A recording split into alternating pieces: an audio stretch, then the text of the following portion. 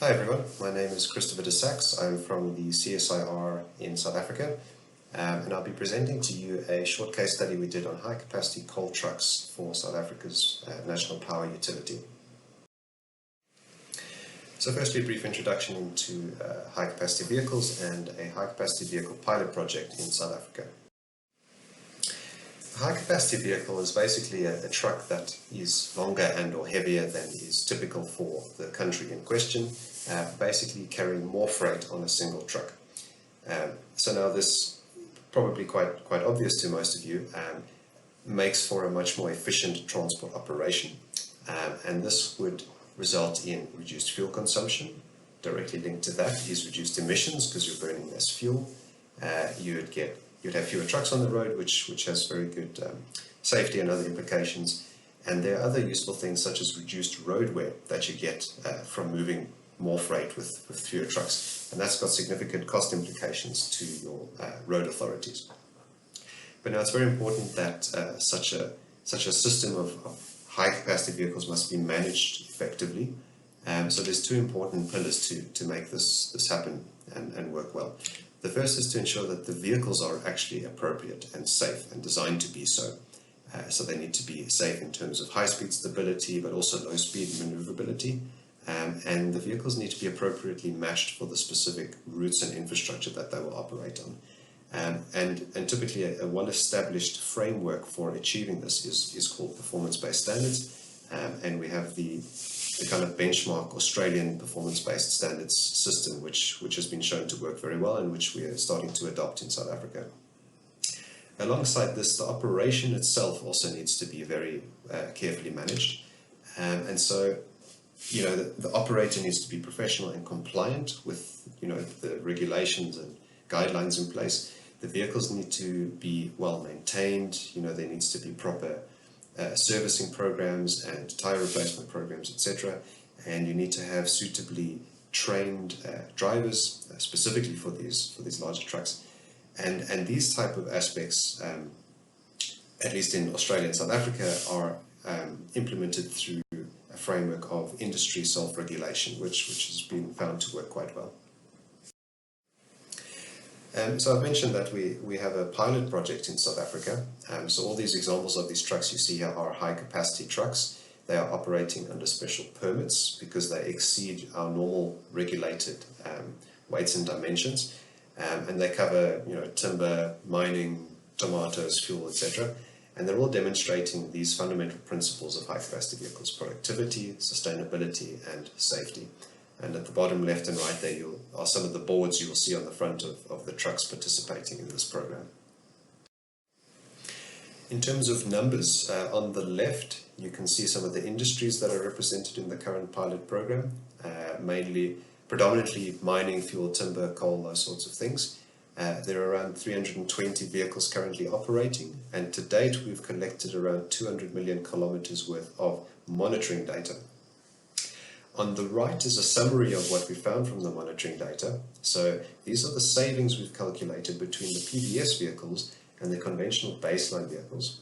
So just to be clear here, the baseline vehicles are conventional, legal South African trucks. They're being operated by the same operators participating in this trial on the same routes and transporting the same commodities. So a very good benchmark to calculate savings against.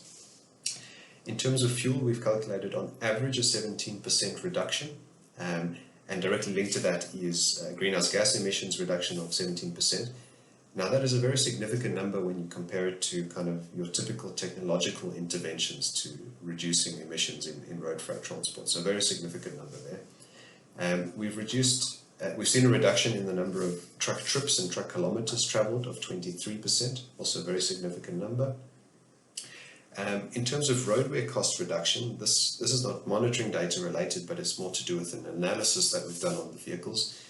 We've shown a 13% reduction in the cost of roadway impact of the PVS vehicles versus normal vehicles. And then I think the most impressive figure to date has been an observed reduction in crashes per million kilometers of 45%. And let me just reiterate that this is measured against baseline vehicles that are with PBS compliant fleets, or the operators at least, and these fleets are RTMS certified.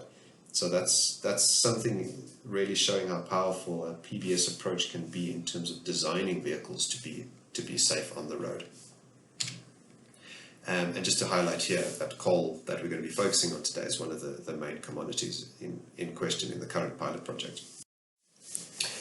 For those of you not familiar, this is a map of South Africa, and we have 9 different provinces, and this is just showing a geographical distribution of our current PBS pilot vehicles.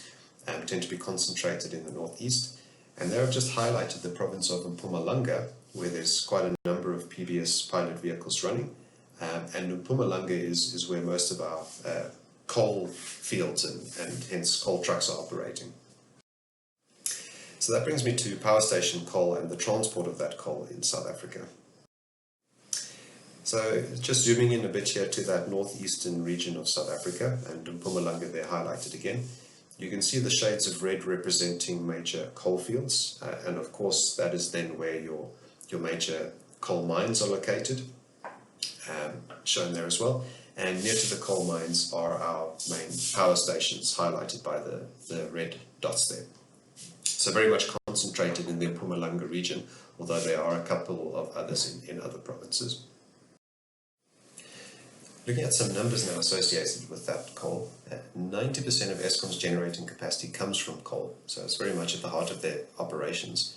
And in the 2018-19 financial year, this amounted to the burning of 114 million tons of coal, which generated 220 million tons of CO2. And to put that into perspective, that represents just under half of South Africa's total CO2 emissions. The plot at the bottom there comes from their 2017 annual report and includes some projections for 2018 and 19. But if we just look at 2017 there, the total cost associated with coal at Eskom amounted to 47 billion rand for that year, and of that 7 billion was attributable to the transport of coal, which is about 15% of that total figure. If we then look at the modal split of the transport of that coal, primarily the coal is transported by conveyor, which is good. It's by far the cheapest and most efficient option, but that's only really suitable for very short lead distances. So the remaining 40% there is made up by rail and road. Rail only makes up 10%, which is unfortunate. It's the cheaper option to road and should make up more, but unfortunately we have in South Africa some infrastructural and other constraints there that prevent rail from moving more of it. And so the remaining shortfall there is in fact made up by road, representing about 30% of that tonnage.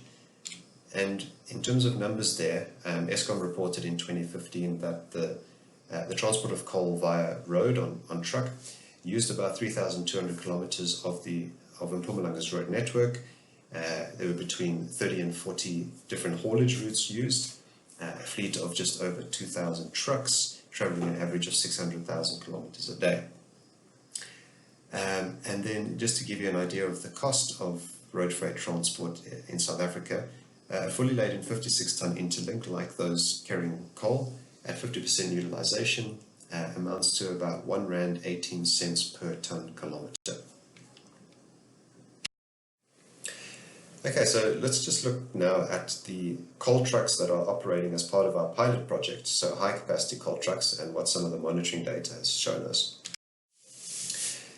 So first let's just look at the bottom there. The first truck you see is a standard interlink, which has been transporting coal in South Africa for many years. It is a 56-ton combination, and the payload there is around 35 tons. Then the second vehicle below it, very similar, also an interlink. You might notice the extra axles on the link and the semi-trailer. And these trucks have been operating at a total mass of around 74 tons, obviously under permit as part of the pilot project, and a payload of around 50 tons. And they're both about 22 meters in length. And just a picture at the top there to show you one of the PBS pilot trucks operating in the pilot program.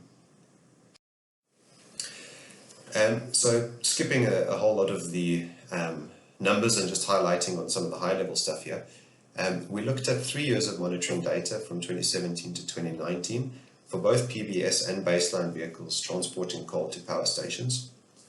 We calculated the fuel consumption for these operations, average fuel consumptions, and we calculated average lead distances. But importantly, what we were looking for was a fuel saving per ton kilometre between PBS and baseline vehicles. And we found there that the PBS vehicles resulted in about a 15% benefit in fuel saving per ton kilometre.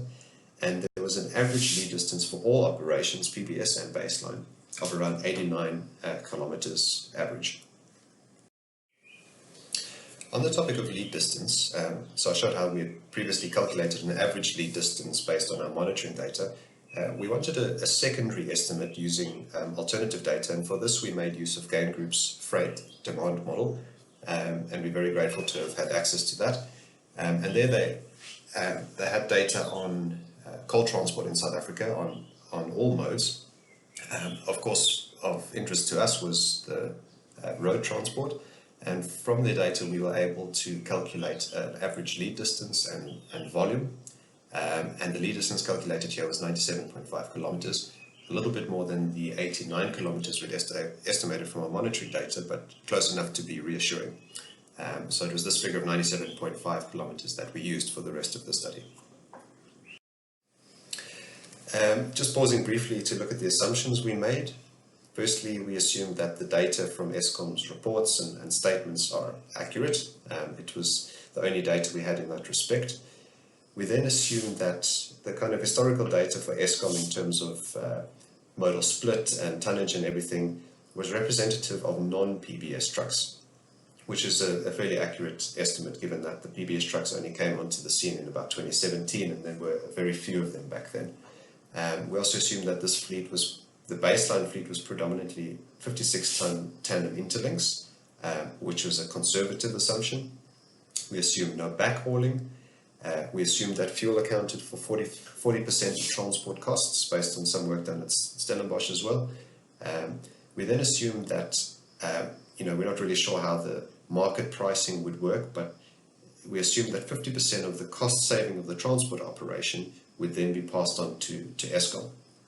And there's some more work to do on opportunities there. And finally, just in terms of fuel emission factors, for this we looked to the GLEC framework and used tank-to-wheel and well-to-wheel emission factors. Okay, so just a broad summary of some of the figures we worked with there in terms of coal transported, how much was transported by road, number of haulage routes, etc. And running our monitoring data through that.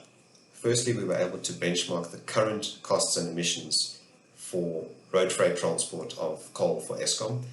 This amounted to about 4 billion rand. It amounted to a well-to-wheel carbon emission of 230,000 tons per year, and it required just over 1 million truck trips to transport that coal. Then we looked at the saving that would be possible if the entire fleet were to be migrated to these 74-ton PBS rigs, and the savings we calculated were as shown. So we showed that Eskom could save 122 million rand a year, and remember that's only 50% of the total actual cost saving of this exercise. And we showed that 35,000 tons of CO2 could be saved per year, and importantly we showed that about 300,000 truck trips could be removed from the roads. And this is particularly relevant in the Mpumalanga region where the roads are a cause for some concern. Okay, so then just to wrap up with some final thoughts and next steps for you. Firstly, we want to run a more detailed roadway impact assessment of this migration to PBS trucks, specifically for power station coal, and we've got the necessary tools to do that. We'd also like to dig a bit deeper into how cost savings in PBS fleets would actually be passed on to the consignors, the consignees, in this case Eskom. I think there's some interesting work to do there. There's also scope to look at longer, heavier combinations than the current 74-ton PBS rigs, and those would obviously improve the benefits that we've reported here. Then we're also at an interesting juncture in the PBS pilot project in South Africa, where we might get some clarity from the Department of Transport about whether PBS may be formally adopted in South Africa, which would really have an impact on initiatives like this and other initiatives in South Africa. And then finally, while the pilot project does continue, we would really like to get increased participation by more coal transporters in the pilot project to really augment the data we have to work with. So thank you very much. There's my email address in case you're interested and want to chat further, and otherwise some acknowledgements for my co-authors and funders, etc. Thank you very much.